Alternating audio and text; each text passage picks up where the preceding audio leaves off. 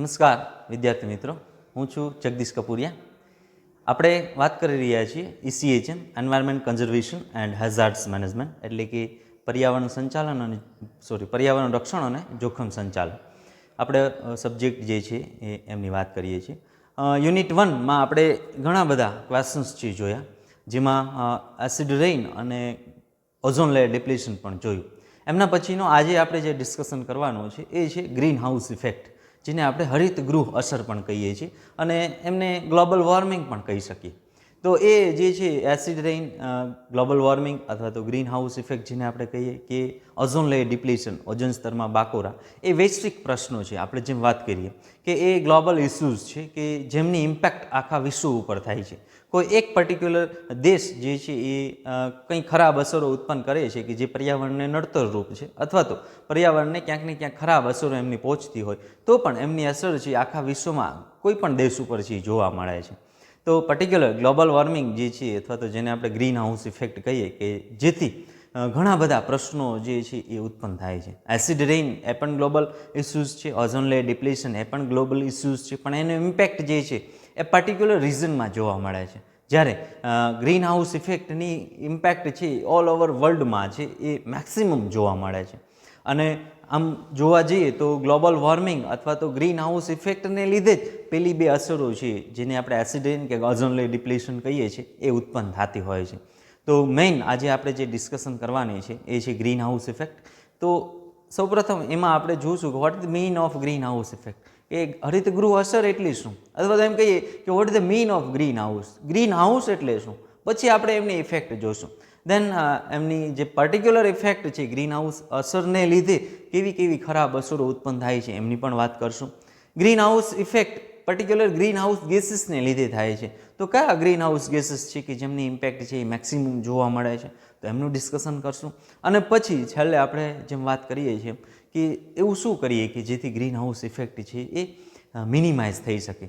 એનું કારણ છે કે આખા વિશ્વમાં અત્યારે જો કોઈ ન્યૂઝપેપર તમે રીડ કરતા હોય તો પર્ટિક્યુલર એક વીકની અંદર એક રિપોર્ટ તો એવો હશે જ કે જે ક્યાંક ને ક્યાંક ગ્રીન હાઉસ ઇફેક્ટ અથવા તો ગ્લોબલ વોર્મિંગ અથવા તો કંઈક એવી અસર ઉત્પન્ન થઈ હશે, મેક્સિમમ રેઇન જનરેટ વરસાદ આવતો હશે, અથવા તો સખત ઠંડી પડતી હશે, વિન્ટરની ઇમ્પેક્ટ વધારે હશે, કે સમરની ઇમ્પેક્ટ વધારે હોય, ઉનાળાની ઇમ્પેક્ટ વધારે હોય, ગરમી સતત પડતી હોય, તો ક્યાંક ને ક્યાંક અઠવાડિયાની અંદર એક પર વીકમાં કંઈક ને કંઈક એક રિપોર્ટ તો એવો આવશે જ. વિશ્વની ઘણી બધી સંસ્થાઓ આમના માટે કામ કરતી હોય છે. તો એક રિપોર્ટ તો એવો આવશે જ કે જેમ કહેશે કે આ જે છે એ ગ્રીન હાઉસની આડઅસર છે અથવા તો ગ્રીન હાઉસ ઇફેક્ટની આડઅસર છે. તો આવી ઘણી બધી ઇમ્પેક્ટ છે, ઇફેક્ટ છે, એમને આપણે આજે છે એ જોવાની છે. આપણું કામ એ છે કે ગ્રીન હાઉસ ઇફેક્ટ જેથી જે પણ વસ્તુથી ઉત્પન્ન થાય છે એ જે ગ્રીન હાઉસ ઇફેક્ટ ઉત્પન્ન કરતા જે પણ ગેસીસ છે અથવા તો જે પણ આપણી એક્ટિવિટી છે, હ્યુમન એક્ટિવિટીઝ છે, આ ગ્રીન હાઉસ ઇફેક્ટ છે આપણે ઉત્પન્ન કરેલી છે. એટલા માટે એમને મિનિમાઇઝ કરવાની સંપૂર્ણ જવાબદારી પણ આપણી છે. જ્યારથી ઇન્ડસ્ટ્રીયલાઇઝેશન ડેવલપ થાય છે ત્યારથી વાતાવરણમાં કાર્બન ડાયોક્સાઇડનું પ્રમાણ વધે છે. સાયમલ્ટેનિયસલી એવા ઘણા બધા ગેસીસ છે જેમની ઇમ્પેક્ટ પણ ગ્રીન હાઉસ ઇફેક્ટના ફોર્મમાં આપણે લઈએ છીએ. તો કંઈક ને કંઈક હ્યુમન એક્ટિવિટીઝ એવી કરીએ અથવા તો જે ગ્રીન હાઉસ ગેસીસ છે એમનું પ્રોડક્શન ઓછું કરીએ તો ગ્રીન હાઉસ ઇફેક્ટ છે એ ઓછી થાય. તો સ્ટેપ બાય સ્ટેપ આજે આપણે જે છે એ આ ક્વેશ્ચન્સ છે એ જોવાનો છે.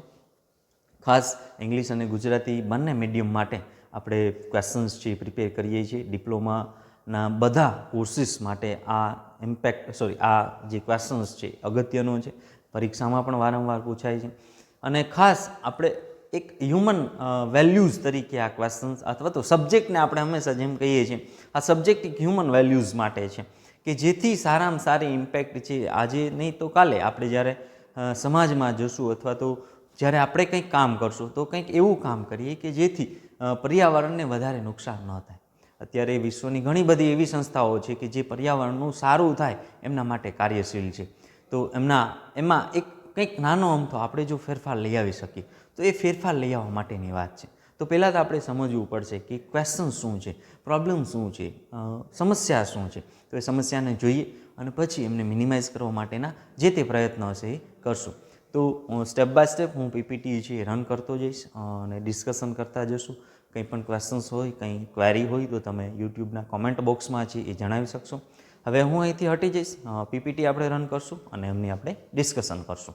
સો environment conservation and hazards management step by step છે આપણે જોતા જઈએ. Unit 1 ecology and environment step by step જોતા જઈએ કે શું આ યુનિટમાં આપણે જે જોવાનું છે. So first of all question is A green house effect. આજનો પ્રશ્ન છે હરિત ગૃહ અસર. ગુજરાતીમાં આપણે એમને હરિત ગૃહ અસર કહી શકીએ, પણ જનરલી આપણે એમને ગ્રીન હાઉસ ઇફેક્ટના નામથી જ ઓળખશું. એનું કારણ છે કે ગ્રીન હાઉસ ઇફેક્ટ જો આપણે કહીશું તો જ આપણે સારી રીતે એ છે અન્ડરસ્ટેન્ડિંગ કરી શકશું. પ્યોર ગુજરાતી ગ્રીન એટલે હરિત, હાઉસ એટલે ઘર અથવા તો ગૃહ, ઇફેક્ટ એટલે અસર, એટલે આપણે હરિત ગૃહ અસર એમને કહીએ છીએ. આમ છતાં પણ સ્ટેપ બાય સ્ટેપ છે જોતા જઈએ. જો તમે અહીંયા જોશો તો તમને એકદમ આઈડિયા આવી જશે કે પૃથ્વીનું જે વાતાવરણ છે એમાં એમને આપણે એવું બનાવીએ છીએ કે જેથી સૂર્યમાંથી આવતા જે ટૂંકી તરંગ લંબાઈ, જેને શોર્ટ વેવલેન્થ કહીએ છીએ, આ શોર્ટ વેવલેન્થના જે પણ રેડિયેશન સૂર્યમાં પૃથ્વીને મેઇન એનર્જીનો જે સોર્સ છે પૃથ્વી ઉપર અથવા તો આપણી ગેલેક્સીમાં ઉર્જાનો જો કોઈ સ્ત્રોત હોય તો એ સૂર્ય છે, બરાબર. અને સૂર્યમાંથી જે પણ રેડિયેશન આવે છે એ રેડિયેશનમાં જે ટૂંકી તરંગ લંબાઈના જે કિરણો છે, તરંગો છે, વેવ્સ છે, એ વેવ્સ જ્યારે પૃથ્વીના એટમોસ્ફિયરમાં એડ થાય છે, એન્ટર થાય છે, ત્યારથી ફરી પાછા રિફ્લેક્ટ થવા જોઈએ એટમોસ્ફિયરથી બહાર, પૃથ્વીના વાતાવરણની બહાર વહી જતા હોવા જોઈએ. આ નેચરલ પ્રોસેસ છે. પરંતુ આપણે કંઈક ને કંઈક we have produce lots of gases like CO2, methane, nitrous oxide, CFC, chlorofluorocarbon, like that. આવા જે ગેસીસ છે એ ગેસીસ આ રેડિયેશનને એબ્ઝોર્બ કરશે કે જેથી એટમોસ્ફિયરની બહાર આ રેડિયેશન જશે નહીં અને આ વેવ્સ જે તરંગો છે એ બહાર નહીં જાય તો ફરી પાછા ત્યાંથી એ ફરી પાછા પૃથ્વી ઉપર આવશે. નેચરલી જે રેડિયેશન આવે છે, વેવ્સ આવે છે, જે ગરમી આવે છે, થર્મલ એનર્જી જે સૂર્યમાંથી આવે છે, એમનાથી કંઈ ઇમ્પેક્ટ નથી થતી. એ નેચરલ ગ્રીન હાઉસ ઇફેક્ટ છે કે જેની જરૂરિયાત છે. પૃથ્વી છે એ ગરમ રહેવી જોઈએ જેથી સિઝનલ ચેન્જીસ આવે, બરાબર. સિઝનલ ચેન્જીસ માટે સૂર્ય, પૃથ્વી અને ચંદ્રનું જે કોમ્બિનેશન છે એમનાથી દરેક પ્રકારની સિઝન, જેને આપણે ઋતુઓ કહીએ, શિયાળો, ઉનાળો, ચોમાસું, બરાબર, એ ઋતુઓ ઉત્પન્ન થતી હોય છે. પણ એ નેચરલી છે તો નેચરલી ગ્રીન હાઉસ ઇફેક્ટ હોવી જોઈએ. પણ આપણે વાતાવરણમાં, એટમોસ્ફિયરમાં એવા ગેસીસ એડ કર્યા છે કે જે આ ટૂંકી તરંગ લંબાઈના કિરણોને એબ્ઝોર્બ કરી લે છે અને કે જેથી પૃથ્વીનું વાતાવરણ એવરેજ ગરમ રહે છે. તો એ ગરમી છે એમને આપણે ગ્રીન હાઉસ ઇફેક્ટ છે કહી શકીએ. સો સ્ટેપ બાય સ્ટેપ જોતા જઈએ. The green house effect of the atmosphere is named by the analogy of green house which become warmer in sunlight. એટલે કે પૃથ્વીને જે આપણે ગ્રીન હાઉસ ઇફેક્ટ કહીએ છીએ એમનું એનાલોગ જો આપણે જોવું હોય તો એવું છે કે સૂર્યની ગરમીથી પૃથ્વી છે ગરમ થાય છે. A greenhouse is a built of any material that passes sunlight, usually glass or plastic. The sun warms the ground and contains inside just like the outside, and this then warm the air. કે જેથી હવા છે ગરમ થાય છે. Outside the warm air near the surface rises and mixes with cooler air aloft, keeping the atmosphere lower than inside, where the air continues to heat up because it is confined with the greenhouse. Step by step આપણે છીએ જોતા જઈએ. This is a greenhouse. આપણે પહેલાં આમ કહીએ કે what the mean of greenhouse. Greenhouse એટલે શું? તો કંઈક ને કંઈક એવું પ્લાસ્ટિક અથવા તો ગ્લાસનું એક એવું ઘર છે. શું કામ બનાવવામાં આવે? બરાબર, આ ગ્રીન હાઉસ છે તો શું કામ બનાવવું છે? તો કે અમુક જગ્યા એવી છે કે જ્યાં એટમોસ્ફિયર કુલ રહે છે, અથવા તો અમુક જગ્યા એવી છે કે જ્યાં એટમોસ્ફિયર છે એ પ્રોપર રહેતું નથી, બરાબર, ઋતુઓ છે પ્રોપર રહેતી નથી. તો ત્યાં એવા શાકભાજી, જેને આપણે સબ્જી કહીએ છીએ, એ વેજીટેબલ્સ ગ્રો કરવા હોય, કંઈ એવા પ્રેશિયસ મટીરિયલ છે ઉગાડવા હોય, બરાબર, કંઈક ફળ ફૂલ છે એ ઉગાડવા હોય, તો એવી જગ્યાએ આપણે એક એવું હાઉસ બનાવીએ કે જ્યાં જે તે પાકને જોઈતી હોય એવું એટમોસ્ફિયર આપણે ક્રિએટ કરીએ. તો આ ગ્રીન હાઉસ છે ગ્લાસ અથવા તો કાચનું, તો ઠંડા પ્રદેશો જે પણ છે ત્યાં આપણે આવું એક ઘર બનાવીએ, આવું એક પાર્ટ બનાવીએ અલગથી કે જ્યાં જુદા જુદા પ્રકારના મટીરિયલ છે એ ગ્રો કરાવી શકીએ. જેવું આપણે જોઈએ છીએ એવા એટમોસ્ફિયરમાં આપણે જેવું મટીરિયલ જોઈએ છે એવું આપણે ગ્રો કરાવી શકીએ. તો આ ગ્રીન હાઉસ છે. આમાં શું થાય તો કે જેટલી ગરમી જોતી હોય એટલી ગરમી આપણે એમાં સ્ટોર કરી શકીએ અને બાકીની જે હીટ છે એમને આપણે બહાર મોકલી શકીએ. તો આ ગ્રીન હાઉસ છે. આવું જ કંઈક આવી કન્ડિશન, તો આમાં પર્ટિક્યુલર એક એવું મટીરિયલ રાખેલું છે, ગ્લાસ અથવા તો પ્લાસ્ટિક, કે જે સૂર્યની જે પણ ગરમી છે એને બહાર નથી જવા દેતી, બરાબર. તો આ ગ્રીન હાઉસ થયું. આવું ને આવું કંઈક આપણે પૃથ્વી સાથે કર્યું. ત્યાં ગ્લાસ અથવા તો પ્લાસ્ટિક નથી, પણ ત્યાં આપણે એવા ગેસીસ એડ કર્યા છે એટમોસ્ફિયરમાં કે જેથી ગ્રીન હાઉસ ઇફેક્ટ છે એ જનરેટ થાય છે. હવે જોઈએ, આ ગ્રીન હાઉસ છે, હવે આમની ઇફેક્ટ છે એ પૃથ્વી ઉપર થાય છે. પર્ટિક્યુલર આમની નહીં, પણ આવું મટીરિયલ જો આપણે તૈયાર કર્યું હોય કે જેવું વસ્તુ આપણે ઉગાડવી છે, ગ્રો કરવી છે, એવી વસ્તુ કંઈક ને કંઈક આ મટીરિયલમાં થઈ શકે. શું કામ? તો કે કંઈક ને કંઈક એટમોસ્ફિયર છે એ અંદરની તરફ એટલું ગરમ રહેવું જોઈએ કે જેથી અંદર રહેલું જે તે પાક છે અથવા તો જે વસ્તુ આપણે વાવેલી છે એ સારી રીતે ગ્રો થઈ શકે. એટલા માટે આપણે ગ્રીન હાઉસ બનાવેલું છે. પણ આ નેચરલ નથી, આ આર્ટિફિશિયલ છે, આપણે બનાવેલું છે. પણ આપણે જે ગ્રીન હાઉસ ગેસીસ એટમોસ્ફિયરમાં એડ કરીએ છીએ કે જેથી આવી કન્ડિશન છે એ પૃથ્વી સાથે જોવા મળે છે, જેથી પૃથ્વી આખી ગરમ થાય છે, જેને આપણે ગ્લોબલ વોર્મિંગ કહીએ છીએ. The greenhouse effect is the process by which radiation from a planet's atmosphere warm the planet's surface to temperature above what is would be without this atmosphere. Diagram showing light energy, white arrows emitted by the sun warming the earth's surface, which then emit the energy at heat.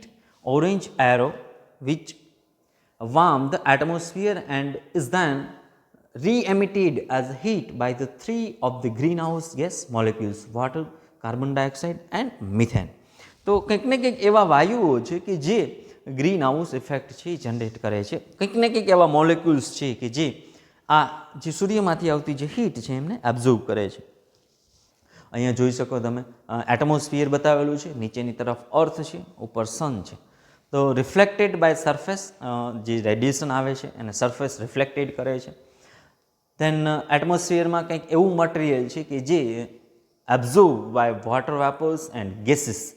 વાતાવરણમાં ઘણું બધું vapour પણ છે જેને આપણે water vapour કહીએ છીએ અથવા તો બાફ જેને કહીએ, તો એ પણ અમુક મટીરિયલને જે એબ્ઝોર્બ કરી લે છે. રિફ્લેક્ટેડ બાય ક્લાઉડ, અમુક વાદળાઓથી પણ અમુક જે સૂર્યના કિરણો છે એ રિફ્લેક્ટ થઈ જાય છે.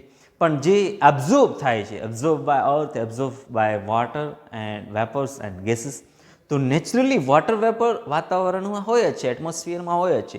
તો એમને લીધે નેચરલી જે ગ્રીન હાઉસ છે જનરેટ થતું હોય છે. એન્ડ ગેસીસ જે છે એ નેચરલી અમુક ટાઈપ્સ ઓફ ગેસીસ હશે જેથી પૃથ્વી છે ગરમ રહે, પૃથ્વીની ગરમ રાખવાની છે. પણ આપણે એવા અમુક ગેસીસ એડ કરીએ છીએ જેથી એ વધારે ગરમ રહે છે. અહીંયા જોઈ શકો તમે, બરાબર, સૂર્યમાંથી રેડિયેશન આવે છે, બરાબર. અમુક રેડિયેશન એવા છે કે જે રિફ્લેક્ટ થઈ અને ફરી પાછા વાતાવરણમાં ભળી જાય છે, વાતાવરણની બહાર, પૃથ્વીના વાતાવરણની બહાર પણ નીકળી જાય છે. પણ અમુક રેડિયેશન એવા છે જે એબ્ઝોર્વ થાય છે વાતાવરણમાં, પૃથ્વીના વાતાવરણમાં એબ્ઝોર્વ થાય છે, અથવા તો વેપર દ્વારા એબ્ઝોર્વ થાય છે, અથવા તો એમ કહીએ કે ગેસીસ દ્વારા એબ્ઝોર્વ થાય છે. પણ એ જ્યારે ફરી પાછા વાતાવરણમાં ભટકાય છે તો વાતાવરણમાંથી ફરી પાછા એટમોસ્ફિયરમાંથી ફરી પાછા પૃથ્વી તરફ આવે છે. તો એ પૃથ્વીને ક્યાંક ને ક્યાંક ગરમ રાખશે. એ વધારાનો થયો. નેચરલી એ હશે, નેચરલી અમુક મટીરિયલ એવા છે કે જે એબ્ઝોર્બ થાય છે વાતાવરણમાં રહે છે. પણ આપણે અમુક એવા ગેસીસ એડ કરીએ છીએ જેથી એ વધારે જે છે એ પૃથ્વીને ગરમ રાખે. Earth receive energy from the sun in the form of ultraviolet, visible and near infrared radiation. 3 પ્રકારના રેડિયેશન જે છે એમના દ્વારા પૃથ્વી છે એ ગરમી મેળવે છે અથવા તો ઉર્જા મેળવે છે. અલ્ટ્રાવાયોલેટ રેડિયેશન અથવા તો ultraviolet waves, visible and near infrared radiation. About 26% of the incoming solar energy is reflected to space by the atmosphere and cloud, and 19% is absorbed by the atmosphere and clouds. Estate છે, એસ્ટેટ્સમાં I think ખબર પડી ગઈ હશે. આ પણ એક પ્રકારનું જે છે એ રેડિયેશન ગ્રાફ છે. એટલું બધું જોવું હોય તો તમે નજર રાખી શકો. અહીંયા ખાસ આપણે જોઈએ કે અર્થ છે, એટમોસ્ફિયર છે એન્ડ સન છે. સૂર્યમાંથી જે રેડિયેશન આવે છે એ પૃથ્વી ઉપર ક્યાંક ને ક્યાંક heated by the absorb solar radiations. વાતાવરણમાં H2O, CO2, CH4 જે છે, methane, carbon dioxide, water vapour, આ સિવાય વાતાવરણમાં ઓક્સિજન હશે, N2 નાઇટ્રોજન હશે, એ કંઈ નહીં કરે. પણ જે રિફ્લેક્ટેડ મટીરિયલ છે એ એટમોસ્ફિયરમાંથી સ્પેસમાં વયો જશે. પણ જે ઇન્ફ્રારેડ રેડિયેશન છે, અલ્ટ્રાવાયોલેટ રેડિયેશન છે, ટૂંકી તરંગ લંબાઈના જે કિરણો છે એ carbon dioxide, methane, water vapours, જે ગ્રીન હાઉસ ગેસીસ આપણે કહીએ એમના દ્વારા એ એબ્ઝોર્બ થશે અને એબ્ઝોર્બ થયેલું મટીરિયલ છે એ ફરી પાછું પૃથ્વી તરફ એમની એનર્જી છે એ ફેંક છે. Most of the remaining energy is absorbed at the surface of Earth because of the Earth surface is colder than the sun. Solar radiation spectrum છે અહીંયા બતાવેલું છે. વેવલેન્થ છે જુદી જુદી. Sunlight at the top of the atmosphere 5250 degree Celsius. Black body spectrums, radiation at sea level. આવા જુદા જુદા વેવલેન્થ અને સ્પેક્ટ્રમ ઇરેડિયેશનનો ગ્રાફ છે બતાવેલો છે. ગ્રીન હાઉસ ઇફેક્ટ કંઈક આવી છે. Sunlight reach some energy is reflect, some is absorbed and re-radiate as a heat. Most of the heat is absorbed by the greenhouse gases and reflect at the direction warming the earth. અહીંયા જોઈ શકો તમે સૂર્યમાંથી કિરણો આવે છે, અમુક radiation છે સ્પેસમાં ફરી પાછા જતા રહે છે, પણ અમુક જે એનર્જી જે સ્ટોર થયેલી છે એમનાથી સોલર જે છે અહીંયા જોઈ શકો રેડ યલોઇશ મટીરિયલ છે જનરેટ થાય છે કે જેથી પૃથ્વી છે વધારે ગરમ થાય છે. ગ્રીન હાઉસ ગેસીસ એવા કયા ગેસીસ છે કે જેને આપણે ગ્રીન હાઉસ ગેસીસ કહી શકીએ કે જે એટમોસ્ફિયરમાં રહી અને પૃથ્વીને જે વધારે ગરમ કરે છે? તો એમાં પહેલું છે carbon dioxide, CO2, water vapour એટલે કે પાણીની વરાળ, CH4 methane, N2O nitrous oxide, CFC chlorofluorocarbon, SF6 sulphur hexafluoride. આમાં જે વોટર વેપર છે એ તો નેચરલી અવેલેબલ હોય જ કે જે નેચરલ ગ્રીન હાઉસ ઇફેક્ટ માટે જવાબદાર છે. How green house gases warm over planet. એવા કયા મટીરિયલ છે કે જે ગ્રીન હાઉસ ગેસીસ છે અને એ આપણા અર્થને ગરમ રાખે છે? તો કાર્બન ડાયોક્સાઇડનો એમાં ભાગ છે 76%, methanated material 16%, nitrous oxide material 6% and chlorofluoro જે ફ્લોરિનેટેડ ગેસ છે CFC, SCFC આવા મટીરિયલને લીધે 2% ગ્લોબલ વોર્મિંગ છે જનરેટ થાય છે. પર્ટિક્યુલર જે ગેસ જનરેટ થાય છે એમાં એવું કયું જગ્યા છે કે જ્યાંથી મેક્સિમમ જે ગ્રીન હાઉસ ગેસીસ છે જનરેટ થાય છે? તો મેક્સિમમ 36% ટ્રાન્સપોર્ટેશન દ્વારા, રેસિડેન્સીસ દ્વારા 22%, commercial and industrial 21%, industrial 20%, municipal corporations 1% જે ગ્રીન હાઉસ ગેસીસ જનરેટ કરે છે. Carbon dioxide, methane, nitrous oxide and fluorinated material. Green house gases GHC and the sources એ સ્ટેપ બાય સ્ટેપ આપણે જોતા જશું. પણ અહીંયા કાર્બન ડાયોક્સાઇડ છે ફોસિલ ફ્યુલ કમ્બશન દ્વારા જનરેટ થાય છે maximum, coal and crude oil દ્વારા. મિથેન છે એ નેચરલી ગેસ સિસ્ટમ દ્વારા જનરેટ થાય છે અને લેન્ડફિલ્સ દ્વારા છે એ જનરેટ થાય છે જેને આપણે કોહવાટ કહીએ કે જે કચરો આપણે ઉત્પન્ન કરીએ છીએ એમાંથી મિથેન જનરેટ થાય છે. નાઇટ્રસ ઓક્સાઇડ છે મેન્યુફેક્ચરિંગ ઇન્ડસ્ટ્રી મટીરિયલ દ્વારા, એગ્રીકલ્ચર સોઇલ મેનેજમેન્ટ દ્વારા પણ જનરેટ થાય છે. ફ્લોરિનેટેડ મટીરિયલ છે એલ્યુમિનિયમ પ્રોડક્શન દ્વારા જનરેટ થતું હોય છે. એમાં જે આપણે ચાર જે ગ્રીન હાઉસ, આ ઘણા બધા ગ્રીન હાઉસ ગેસીસ છે પણ જે મેક્સિમમ ઇમ્પેક્ટ છે એ ગ્રીન હાઉસ ગેસીસ વિશે આપણે વાત કરવાની છે. એમાં ચાર ગ્રીન હાઉસ ગેસીસ વિશે આપણે વાત કરવાની છે. First of all is a carbon dioxide, second one is the methane, third one is a nitrous oxide and fourth one is a CFC chlorofluorocarbon. એમાંનું પહેલું છે carbon dioxide CO2. Discussion of the human impact on the levels of carbon dioxide in the atmosphere is complicated by the two factors: emissions of CO2 associated with the human activities. Second one, there are several large reservoirs of CO2: atmosphere, upper ocean, deep ocean, biosphere, which are continually exchanging CO2. The current 2001 atmospheric carbon dioxide concentration is 370 ppm and increasing at approximately 1.5 ppm per year. તો આ આપણે જ્યારે શરૂઆત atmosphere component of એન્વાયરમેન્ટની વાત કરી હતી ત્યારે આપણે અહીંયા 0.4% કાર્બન ડાયોક્સાઇડ છે લઈ લીધેલું હતું કારણ કે 20 વર્ષની અંદર 2001થી 2020માં એ 0.4% ppm 0.4%ની આસપાસ પહોંચી ગયું છે. The current level of carbon dioxide in the atmosphere is substantially greater than the any time in the list of the past 4,20,000 years. અત્યારે જે કાર્બન ડાયોક્સાઇડનું કોન્સન્ટ્રેશન છે વાતાવરણમાં એ 4,20,000 વર્ષનો જે છેલ્લો જે ગાળો હતો એ ગાળામાં મેક્સિમમ અત્યારે જોવા મળે છે. Carbon dioxide participates major roles for global warming, approximately 60%. The atmospheric lifetime of CO2 is typically quoted as approximately 100 years. આ લાઈફટાઈમ યર છે, અર્ધ આયુષ્ય સમય જેને આપણે કહીએ છીએ, એ અર્ધ આયુષ્ય સમય કાર્બન ડાયોક્સાઇડનો 100 વર્ષ હોય છે. એટલા માટે ત્યાં સુધી એ વામ કરતું રહેશે. Historic carbon dioxide concentration last 8 lakh years ago to present.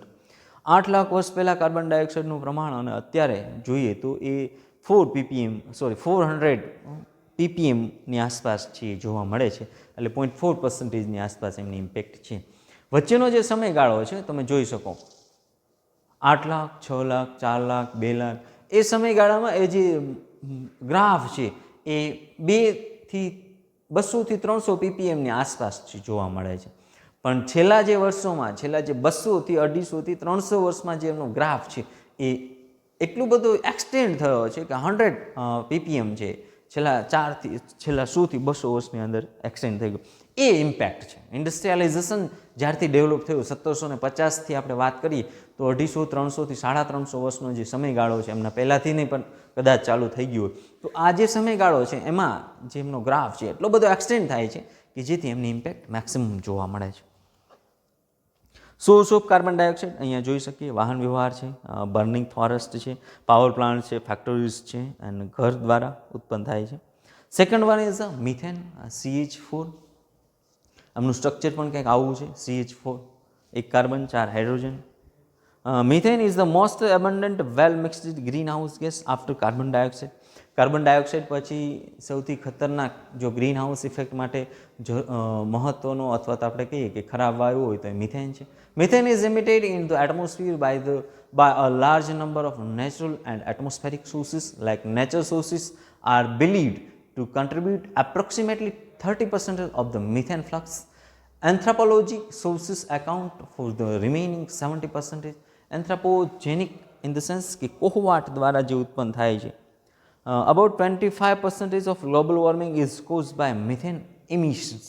25% જે ગ્રીન હાઉસ ઇફેક્ટ જેમને લીધે પૃથ્વી ગરમ થાય છે એ પર્ટિક્યુલર મિથેનને લીધે થાય છે. Methane is a much more powerful greenhouse gases than carbon dioxide. Over a 100-year period, a molecule of methane has 21 times the warming effect at the molecule of carbon dioxide. Methane is 84 times more potent than CO2 in the short term. નાના સમયગાળા માટે methane છે એ 84 ગણો વધારે જવાબદાર છે, પણ approximately average on an average જોઈએ તો 21 ગણો વધારે ખતરનાક છે કાર્બન ડાયોક્સાઇડ કરતાં. એટલે 21 કાર્બન ડાયોક્સાઇડના મોલેક્યુલ લો અને એક મોલેક્યુલ મિથેનનો લો તો એ બંને એક સરખી ગરમી જે એબ્ઝોર્બ કરી શકે. એટલે મિથેન જેમ વધશે એમ ગ્લોબલ વોર્મિંગનું પ્રમાણ વધશે, પણ આટલું બધું ઇમિશન્સ છે જોવા મળતું નથી ને એટલા માટે એમની ઇમ્પેક્ટ છે એ 20 થી 25% આસપાસ જોવા મળે છે. Then third one is the nitrous oxide, N2O. Nitrous oxide is a much more powerful greenhouse gases than carbon dioxide. Carbon dioxide કરતાં બધા વાયુઓ બાકીના મિથેન, નાઇટ્રસ ઓક્સાઇડ, CFC એ ઇમ્પેક્ટફુલ છે, પણ ઓવરઓલ જે ઇમ્પેક્ટ છે એ કાર્બન ડાયોક્સાઇડની મેક્સિમમ જોવા મળે છે. ગ્રીન હાઉસ ઇફેક્ટમાં 60% ઇમ્પેક્ટ છે એ કાર્બન ડાયોક્સાઇડને જોવા મળે. નાઇટ્રસ ઓક્સાઇડ, મિથેન છે એ કાર્બન ડાયોક્સાઇડ કરતાં વધારે ગરમી એબ્ઝોર્બ કરી શકે અને પૃથ્વીનું વાતાવરણ વધારે ગરમ કરી શકે, પણ એમનું જે પ્રમાણ છે એ ઓછું છે.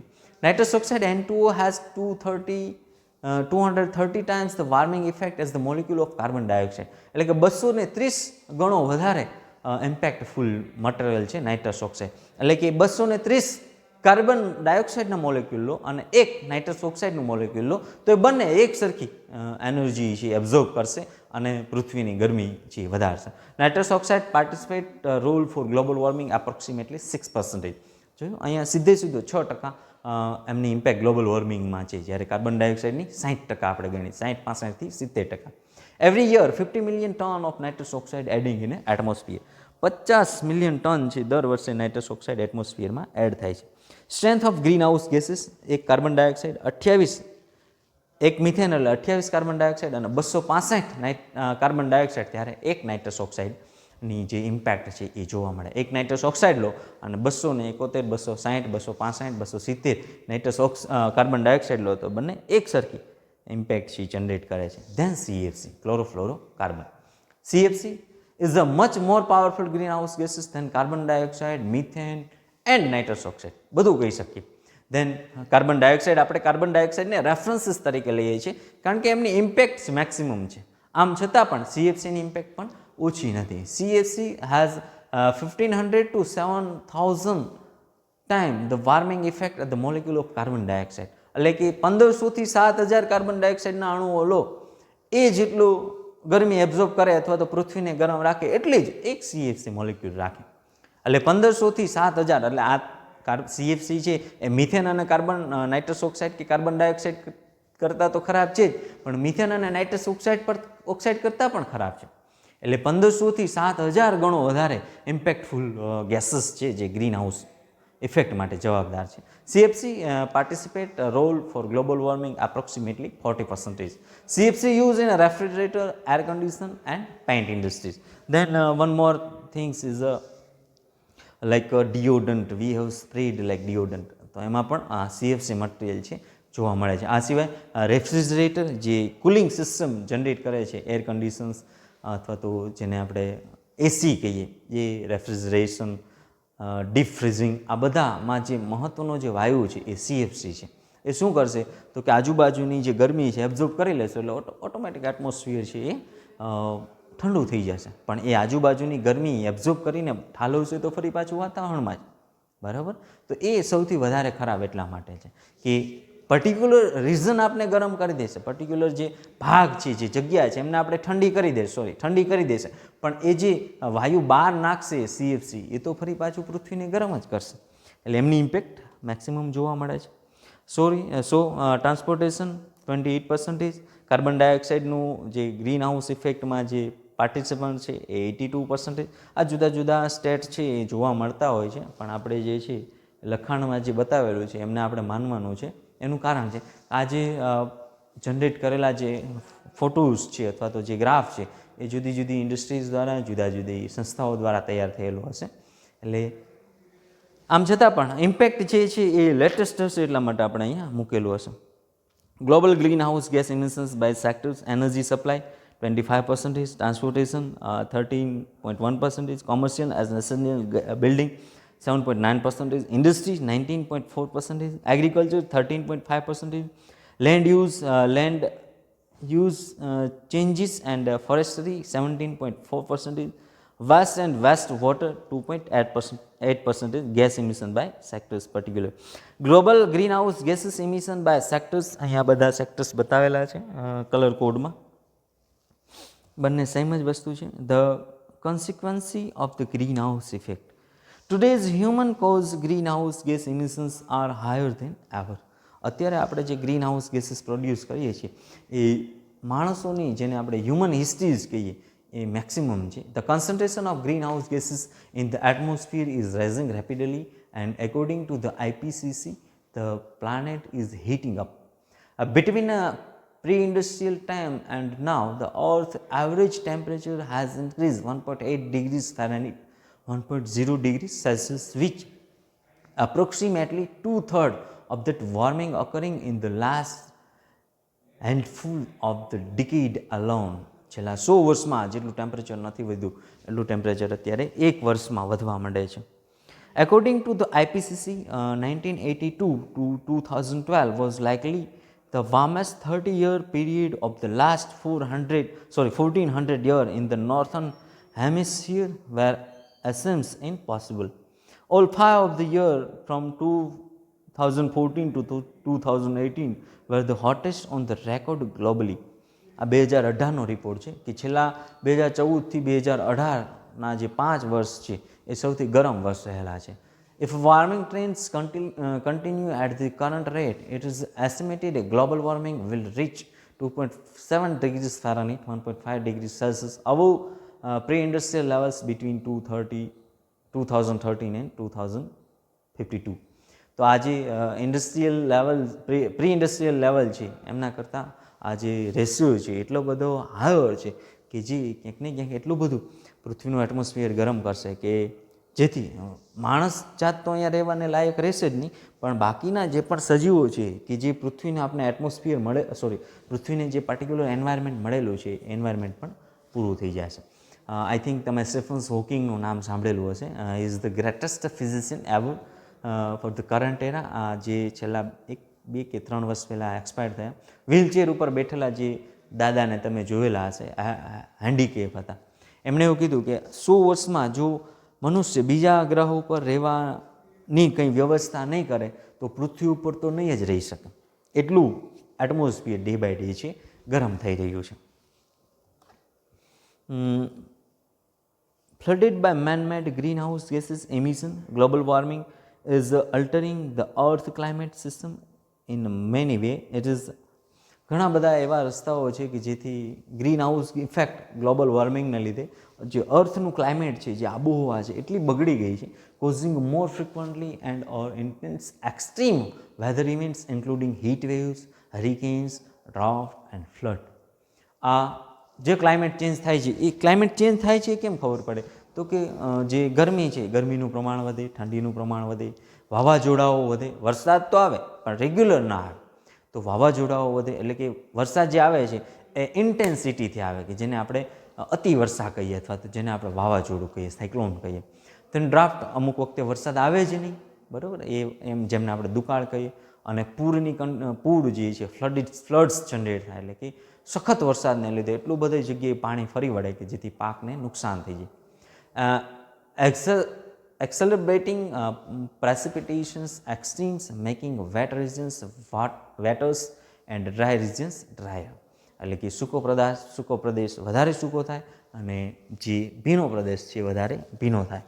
એટલે કે વધારે ત્યાં પાણીનું પ્રમાણ જો કોઈ પણ વસ્તુ જેને આપણે કહીએ ને કે વધારે કંઈ પણ યોગ્ય નથી. સતત ગરમી પડે એ પણ સારું નહીં, સતત અને સખત ઠંડી પડે એ પણ સારું નહીં, સખત અને સતત વરસાદ પડે એ પણ સારું નહીં. Rising sea levels due to the melting glacier and sea ice and an increase in the ocean temperatures. Warmer water expands which can contribute to sea level rising. તો સખત ગરમીને લીધે ક્યાંક ને ક્યાંક જે ગ્લેસિયર્સ છે એ પીગળ છે, સમુદ્રનો બરફ પીગળ છે કે જેથી સમુદ્રની સપાટી જે પાણીની સપાટી છે એ વધશે અને પાણીની સપાટી જેમ વધશે એમ દરિયા કિનારે રહેતા જે પણ લોકો છે એમની ઉપર એમની ઇમ્પેક્ટ જોવા મળશે. અલ્ટરિંગ ઇકોસિસ્ટમ એન્ડ નેચરલ હેબિટેટ્સ, એટલે કે જે પણ ઇકોસિસ્ટમ છે એમાં પ્રોબ્લેમ ઉત્પન્ન થશે અને નેચરલ જે પણ સિસ્ટમ છે, હેબિટેટ્સ એટલે કે જે રહેઠાણો છે એ ખરાબ થઈ જશે. Shifting the geographic ranges, seasonal activities, migration patterns and abundance of the land, freshwater and marine species. દરેક પ્રકારના સજીવોને, સમુદ્રમાં રહેતા સજીવો છે, જમીન ઉપર રહેતા સજીવો છે, મીઠા પાણીમાં રહેતા સજીવો છે, એમાં એમના જે માઇગ્રેશન્સ છે એ પણ ચેન્જીસ થશે અને પર્ટિક્યુલર ઇકો સિસ્ટમમાં એ ચેન્જીસ આવશે. This changes poses threat not only to planets and wildlife but directly to the people. હવે આ ચેન્જીસ જે સજીવોમાં જે પણ ચેન્જીસ આવશે, સજીવો એટલે દરેક પ્રકારની વનસ્પતિ, લીલ ફૂગથી માંડી અને બે પગાળા પ્રાણીઓ સુધીના દરેક પ્રકારના સજીવોમાં આ ચેન્જીસ જોવા મળશે. Warmer temperature means insect that spread disease like dengue, fever and Zika can thrive, and heat waves are getting hotter and more lethal to the humans. જેમ ટેમ્પરેચર વાર્મ થશે એમ ઇન્સેક્ટની જે પોપ્યુલેશન્સ છે જનરેટ થશે, જેથી dengue, fever, Zika virus like corona virus will be increasing and lethal to be humans like water. એટલે કે જેમ પૃથ્વી વધારે ગરમ થશે એમ એ મનુષ્ય માટે સૌથી ખરાબ બાબત હશે.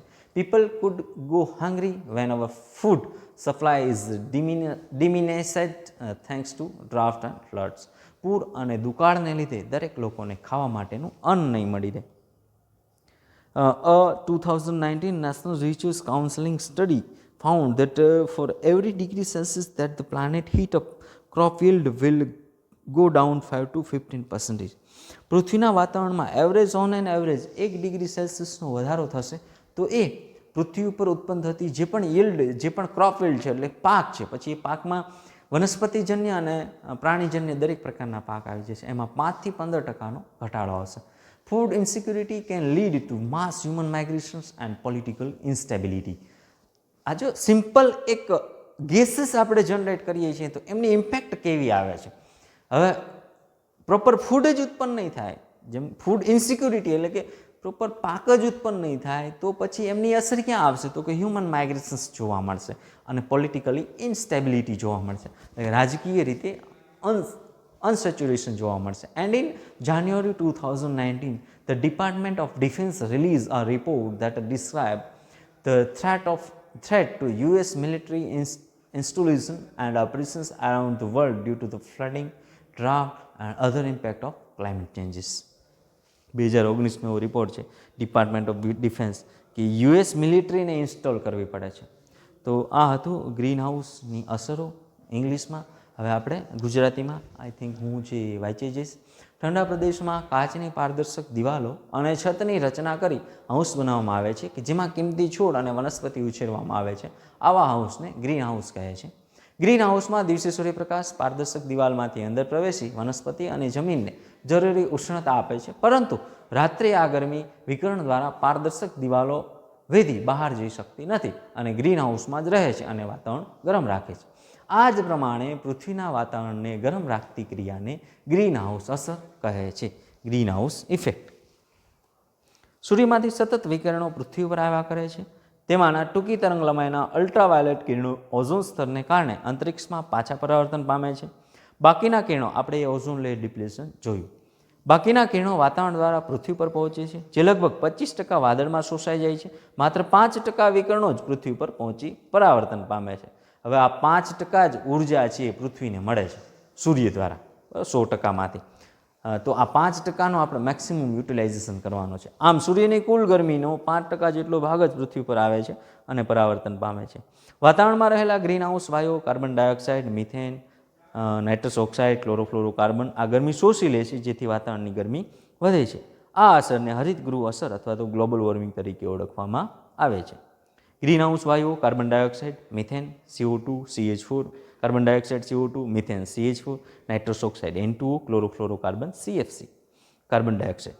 ગ્લોબલ વોર્મિંગમાં કાર્બન ડાયોક્સાઇડ વાયુનો ફાળો લગભગ 60% જેટલો છે. હાલમાં વાતાવરણમાં CO2નું પ્રમાણ 700 બિલિયન ટનથી વધારે છે, જેમાં પ્રતિવર્ષ 2.3 બિલિયન ટનનો વધારો થાય છે.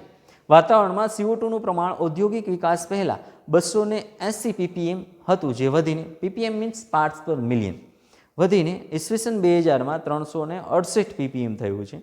અશ્મિજન્ય બળતણનો ઉપયોગ, જંગલોનો નાશ, અયોગ્ય ભીમોનો ઉપયોગ તથા ખેતીની એક્ટિવિટીને લીધે આ વાયુઓ છે એ વાતાવરણમાં ભળે છે. બીજું ગ્રીન હાઉસ વાયુઓમાં બીજું છે મિથેન. મિથેનની ગરમી શોષણ કરવાની ક્ષમતા અહીંયા કાર્બન મોનોક્સાઇડ છે પણ ત્યાં CO2 લખવાનું છે, CO2 કરતાં 25 ગણી વધારે છે. તેનું પ્રમાણ વાતાવરણમાં લગભગ 4.1%ના દરે વધી રહ્યું છે. સેન્દ્રીય પદાર્થના સડવાથી આ વાયુ ઉત્પન્ન થાય છે અને વાતાવરણમાં ભળે છે. ગ્લોબલ વોર્મિંગમાં તેનો ફાળો 20% જેટલો છે. એમના પછી છે નાઇટ્રસ ઓક્સાઇડ, N2O. નાઇટ્રસ ઓક્સાઇડની ગરમી શોષવાની શક્તિ CO2 કરતાં 230 ગણી વધારે છે, પરંતુ ગ્લોબલ વોર્મિંગમાં માટે તેની જવાબદારી માત્ર 6% જ છે. ખેતીમાં નાઇટ્રોજનયુક્ત ખાતર વાપરવાથી, વધુ પડતી ખેતી કરવાથી તથા વધતા જતા પરિવહનથી ઓઝોન વાતાવરણમાં નાઇટ્રસ ઓક્સાઇડનું પ્રમાણ વધતું જાય છે. દર વર્ષે લગભગ 50 લાખ ટન જેટલો N2O વાતાવરણમાં ભળે છે. અહીંયા ઓઝોન પરિવહનથી વાતાવરણમાં નાઇટ્રસ ઓક્સાઇડનું પ્રમાણ વધતું જાય છે. તો ઓઝોન જે 2 વાર લખાઈ ગયું છે એ ખોટું છે. ક્લોરોફ્લોરોકાર્બન. CFCની ગરમી શોષવાની શક્તિ CO2 કરતાં 1500થી 7000 ગણી વધારે છે. ગ્લોબલ વોર્મિંગમાં તેનો ફાળો 14% જેટલો છે. આ વાયુ રેફ્રિજરેટર, એર કન્ડિશન અને પેઇન્ટ ઉદ્યોગ દ્વારા વાતાવરણમાં ભળે છે. ગ્રીન હાઉસ ઇફેક્ટની આડઅસરો. ઉષ્ણતામાનમાં થતા સતત વધારાને કારણે પૃથ્વીના તાપમાનમાં ઈસવીસન 1900થી 2100 સુધીમાં 1.4 ડિગ્રી સેલ્સિયસથી 5.8 ડિગ્રી સેલ્સિયસ જેટલો વધારો થયો છે. તાપમાનના વધારાના કારણે ધ્રુવ પ્રદેશોનો બરફ ઓગળશે અને દરિયાના કિનારે આવેલા પ્રદેશો અને શહેરો પાણીમાં ડૂબી જશે. તાપમાનના વધારાને કારણે જંગલની જીવસૃષ્ટિ ઉપર વિપરીત અસર થાય છે અને વન પેદાશોમાં પરિવર્તન આવશે અને ઘટાડો જોવા મળશે. તાપમાનના વધારાને કારણે ખેતી ઉપર વિપરીત અસર થશે, જમીનનો ભેજ ઘટશે અને ઘઉં જુવાર જેવા પાકની પેદાશો ઘટશે. ઋતુચક્ર અને મોસમી પવનોનું સંતુલન ખોરવાઈ જશે. વાતાવરણ અને વરસાદ અનિયમિત થઈ જશે. હવામાનમાં અણધાર્યા ફેરફાર, વંટોળ, ચક્રવાત જેવા પવનના તોફાનો વધશે. સો that's it is a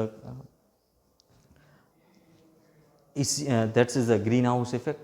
So today's we have learned greenhouse effect and global warming. Otherwise it's a global warming. Green હરિતગૃહ અસર અથવા તો વાતાવરણમાં તાપમાનમાં ગ્લોબલ વોર્મિંગ એટલે કે પૃથ્વીનું ગ્લોબલ વોર્મિંગનું કોઈ પર્ટિક્યુલર ગુજરાતી છે નહીં, એટલે આપણે એમને એવું કહીશું ગ્લોબલ વોર્મિંગ સિમ્પલ, અથવા તો ક્લાઇમેટ ચેન્જ, હવામાનમાં ફેરફાર. તો પર્ટિક્યુલર ગ્રીન હાઉસ ગેસીસને લીધે આ ઇમ્પેક્ટ છે એ જોવા મળે છે. તો કંઈક એવું કરીએ કે જેથી ગ્રીન હાઉસ ઇફેક્ટ છે એ ઓછામાં ઓછી થાય. આપણે શું કરી શકીએ? જો આ ક્યાંય લખેલું નથી બરાબર, અથવા તો આપણે ક્યાંય કહેવાનું પણ નથી, પણ as a good human being, as a good student, as a good